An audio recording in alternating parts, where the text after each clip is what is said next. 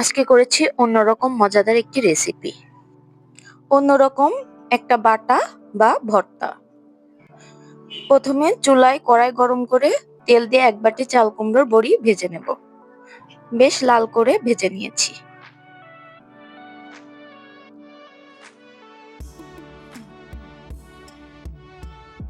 এই তেলে দেব এক মুঠো পেঁয়াজ, রসুন কুচি আর কয়েকটা কাঁচামরিচ।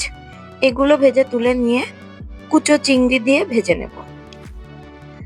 প্রায় 1 কাপ মতো কুচো চিংড়ি দিয়েছি।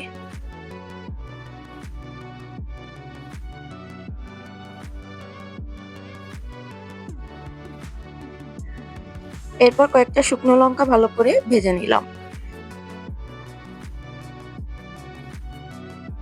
এবার সবগুলো উপকরণ পাটায় বেটে নিতে হবে। বড়িগুলো একদম মিহি করে বাটবো না, যাতে মুখে একটু গুঁড়ো গুঁড়ো লাগে, খেতে গেলে বেশ ভালো লাগবে।